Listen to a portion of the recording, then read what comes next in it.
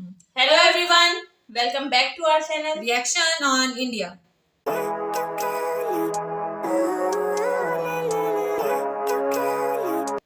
मेरा नाम है नाजिया। मेरा नाम है मिनाविल। तो आज इस वीडियो पे हम रिएक्शन देने जा रहे हैं। उसका टाइटल है वीडियो का टाइटल है इंडिया इन लास्ट 75 डेज और इनके चैनल का नेम है अश्वनी वैष्णव। आज हम लोग इस चैनल पे बोल रही हूँ। आज हम लोग इस वीडियो पे रिएक्शन करने जा रहे हैं। लिंक और टाइटल आपको मिलेगा डिस्क्रिप्शन बॉक्स में, जरूर से चेकआउट कीजिएगा इनके चैनल को। और अगर आप हमारे चैनल पे नहीं है तो जल्दी से सब्सक्राइब कर ले और बाकी लिंक्स जो है वो डिस्क्रिप्शन में मौजूद है, वहां उसको फॉलो करें। जल्दी से बढ़ते हैं वीडियो की जानिब और देख लेते हैं ये वीडियो। 2023 के 75 दिन हुए हैं। मैं उन 75 डेज की ही बात आज करना चाहता हूं। इन 75 दिनों में देश का ऐतिहासिक ग्रीन बजट आया। इन 75 दिनों में कर्नाटका के शिवमोगा में एयरपोर्ट का लोकार्पण हुआ। इन 75 दिनों में मुंबई में मेट्रो रेल का अगला फेज शुरू हुआ। इन 75 दिनों में देश में दुनिया का सबसे लंबा रिवर क्रूज चला। बेंगलुरु मैसूरू एक्सप्रेस वे शुरू हुआ। दिल्ली मुंबई एक्सप्रेस वे का एक सेक्शन शुरू किया गया। मुंबई से विशाखापट्टनम से वंदे भारत ट्रेनें चलनी शुरू हुई। आईआईटी धारवाड़ के परमानेंट कैंपस का लोकार्पण हुआ। भारत ने अंडमान और निकोबार द्वीप समूह के 21 द्वीपों को परम वीर चक्र विजेताओं के नाम किया। साथियों, इन 75 दिनों में ही भारत ने पेट्रोल में 20% इथेनॉल की ब्लेंडिंग करके E20 फ्यूल लॉन्च किया है। इन 75 दिनों में ही तुमकुरू में एशिया की सबसे बड़ी आधुनिक हेलीकॉप्टर फैक्ट्री का लोकार्पण हुआ है। एयर इंडिया ने दुनिया का सबसे बड़ा एविएशन ऑर्डर दिया है। इन 75 दिनों में ही भारत ने ई संजीवनी के माध्यम से 10 करोड़ टेली कंसल्टेशन का मुकाम हासिल किया है। इन 75 दिनों में ही भारत ने 8 करोड़ नए टैप वाटर कनेक्शन देने का मुकाम हासिल किया है। इन 75 दिनों में ही यूपी उत्तराखंड में रेल नेटवर्क के 100% इलेक्ट्रिफिकेशन का काम पूरा हुआ है।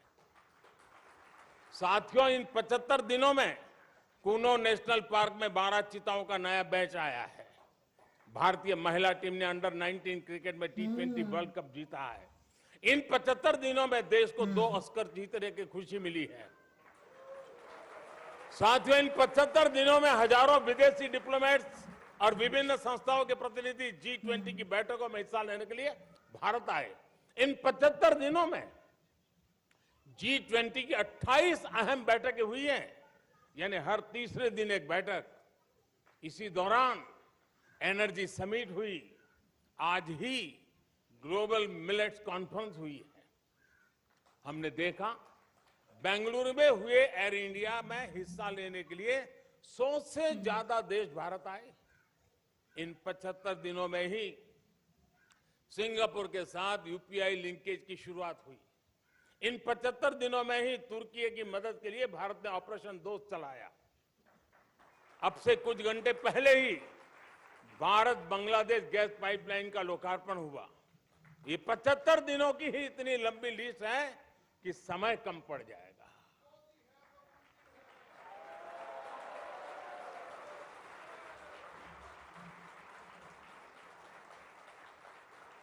यार ये 75 दिन का था या ये मुझे तो 75 सालों के काम लग रहे हैं जिस हिसाब से इन्होंने बताना शुरू किया है। इतनी पे दर पे इतने काम। और ये मुझे लग रहा है ये 2023 के ये जो जनवरी फरवरी और अभी ये मार्च चल रहा है ना, तो ये मिला के 75 डेज।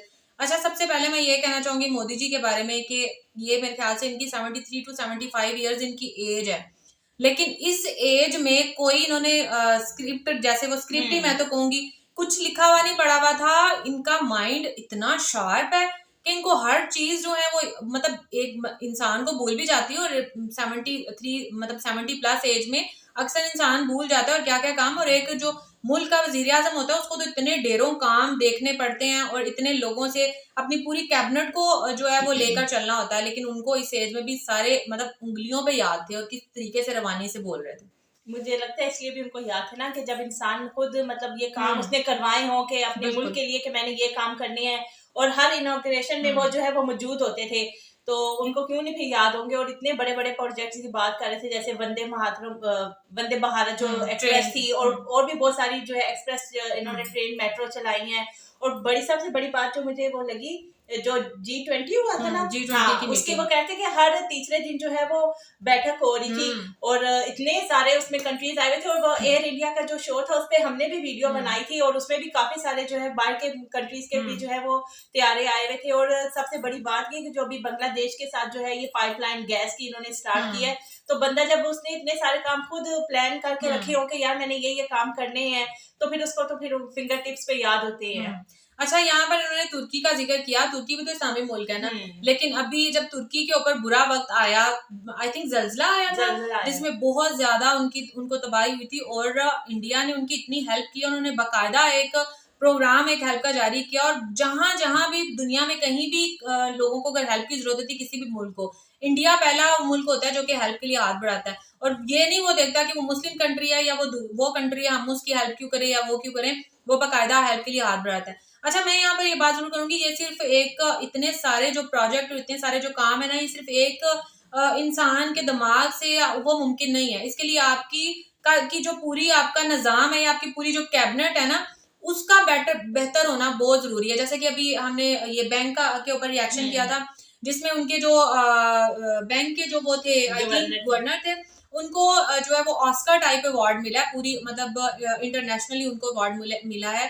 तो ये जाहिर सी बात है, हर जगह पर जो बंदा है अपनी अपनी जगह पर काम सही करेगा, तो ही जो वजीर आजम जो है ना, उसको भी उसका फ्रूट मिलेगा। ये नहीं अकेला वजीर आजम जो है वो यहाँ से ऑर्डर करेगा या वहां से ऑर्डर करेगा तो वो काम, आगे इतने गपले होते हैं ना दफ्तरों में या हर निजाम में कि आपकी सोच है। तो जब हर निजाम का जो आपको कह रहे हो मेन वर्कर है वो सही होगा, तो फिर सारे ही निजाम सही होते चले जाएंगे। जब हर बंदा अपना काम जो है पूरी जिम्मेदारी ईमानदारी के साथ करेगा, और ये सोच करेगा कि यार इससे मेरे मुल्क को ही फायदा होगा, मेरे अपनी जात के लिए नहीं, मेरे अपने मुल्क के लिए। और जब ये उसको ये पता होगा कि यार जो मेरे ऊपर मेरा मतलब बॉस बैठा है, जैसे PM है, वो इतना ईमानदार अपने मुल्क के साथ हर वक्त अपने मुल्क के लिए कुछ ना कुछ सोचता रहता है, तो आगे जो वर्कर्स होते हैं, जो उसके कैबिनेट होते हैं, किसी भी डिपार्टमेंट से जो भी काम करता हो, वो खुद जो है ना उसके अंदर एक जोश आ जाता है, जज्बा आ जाता है कि यार नहीं, मैंने अपने मुल्क के लिए कुछ करना है, पूरी दुनिया में उसका जो है वो नाम करना है। तो फिर बंदा दिल से काम करता है, और वो हमें नजर भी आ रहा है। जैसे 2 ऑस्कर मिले, और इसके अलावा ये बैंक का इनको अवार्ड मिला, तो बहुत बड़ी बात है। और ये फिर पूरी दुनिया में इनका नाम हो रहा है, साथ में उस गवर्नर का भी नाम हुआ है, बहुत ज्यादा नाम हुआ है कि यार उन्होंने ये जो है बैंक का अवार्ड जो है वो अपने नाम किया है। तो इसके पीछे मेघा से PM मोदी का और उनकी जो पूरी कैबिनेट है, उन सब का बहुत बड़ा हाथ है। तो सारा क्रेडिट इन्हीं लोगों को जाता है। बिल्कुल, अपने सबसे मेन चीज ना इंसान के अंदर ये होनी चाहिए, अपनी मुल्क से वफादारी। जब तक आपके अंदर अपने मुल्क से वफादारी नहीं होगी ना, तो ये कितने भी आप मंसूबे बना लो, कितने भी मेगा प्रोजेक्ट्स आप प्लान कर लो, वो तब तक सक्सेसफुल नहीं हो पाएंगे। जैसा कि इनका एक एम होता है कि यहाँ इस टाइम से हमने ये स्टार्ट करना है और इस ईयर में इसको एंड करना है, और वो हो जाता है। वो किस तरह से हो जाता है, उनकी मिली पूरी प्लानिंग होती है सबका आपस में। और रही बात, ये भी बात आ जाती है कि मतलब वो अपने बंदों को खुश करते हैं तो वो भी आगे से काम करते हैं ना। जब वो इनको इतना तंग रखेंगे, जो मुल्क का लीडर है वो इतना तंग रखेगा, सैलरीज नहीं बढ़ाएगा, या और उनको बोनस नहीं मिलेंगे, और जितनी भी उनकी वो है वो उनको सब्सिडीज नहीं मिलेंगी, तो भी जाहिर सी बात है वर्कर्स भी उस कुछ दिली से काम नहीं करेंगे। जितना भी उनके अंदर जो है वो अपने मुल्क से मोहब्बत या जितना भी वो देश भक्त होंगे, वो कहेंगे यार ये क्या सड़ू सा बंदा आ गया, निकालो इसको, वो वाकई फिर कुर्सी के पीछे ही पड़े रहेंगे। तो ये जो 75 डेज थे, मुझे तो लगता है गिनीज बुक वर्ल्ड रिकॉर्ड में इनका आना चाहिए। इतने सारे प्रोजेक्ट जो है वो इंडिया में हुए हैं, और सारे जो है वो कंप्लीट हुए हैं, तो बहुत बड़ी बात है। ये 75 डेज जो है गोल्डन वर्ड्स में इनका गोल्डन वर्ड्स में लिखने वाले इतनी बड़ी कामयाबी मिली। और अभी तो PM मोदी जो है वो ये कह रहे थे कि मतलब ये 75 डेज में इतने सारे काम हुए हैं कि अगर मैं बताना शुरू करूं तो जो है वो समय जो है वो कम पड़ जाएगा। और बाकी हमें नजर भी आता है कि काफी ज्यादा जो है इंडिया ने प्रोग्रेस की भी है, तो बड़ी खुशी की बात है ये। जिस तरीके से जैसे G20 सुमित की इन्होंने बात की, तो जिस तरीके से उसको हैंडल करना, ये हम पहले भी इसके ऊपर बात कर चुके हैं कि मतलब 20 से ज्यादा मुल्क होते हैं, उनकी फिर मीटिंग्स इतनी ज्यादा होती है, और जिस तरीके से उन्होंने होली सेलिब्रेट की यहाँ पर आकर, तो वो एक अपने आप में एक जीत है इंडिया की। यार बहुत बड़ी बात है, इतनी कंट्रीज से सबके बड़े बड़े जो है VIPs लोग आते हैं, उनकी सिक्योरिटी की बात, उनकी सिक्योरिटी की आप बात कर लो, और उनको कैसे मैनेज करना है, कहाँ पे कौन सी मीटिंग रखनी है, वहाँ की सिक्योरिटी की बात कर लो, बहुत बड़ी बात है। और सारे कंट्रीज के मेरे ख्याल से यहाँ से खुश होके गए होंगे, तो ये इंडिया के लिए बहुत बड़ी कामयाबी है। सो ये था हमारा रिएक्शन इस वीडियो के ऊपर। आप लोग भी जरूर कमेंट करके बताइएगा कि आप लोगों को कैसा लगा हमारा रिएक्शन, और लाइक जरूर किया कीजिए, क्योंकि आपका एक लाइक है लेकिन हमारे लिए वो बहुत ज्यादा अहमियत रखता है। तो जरूर वीडियो को लाइक कर दिया करें, और मिलते हैं आपसे नेक्स्ट रिएक्शन वीडियो के साथ। तब तक देने इजाजत। अल्लाह हाफिज।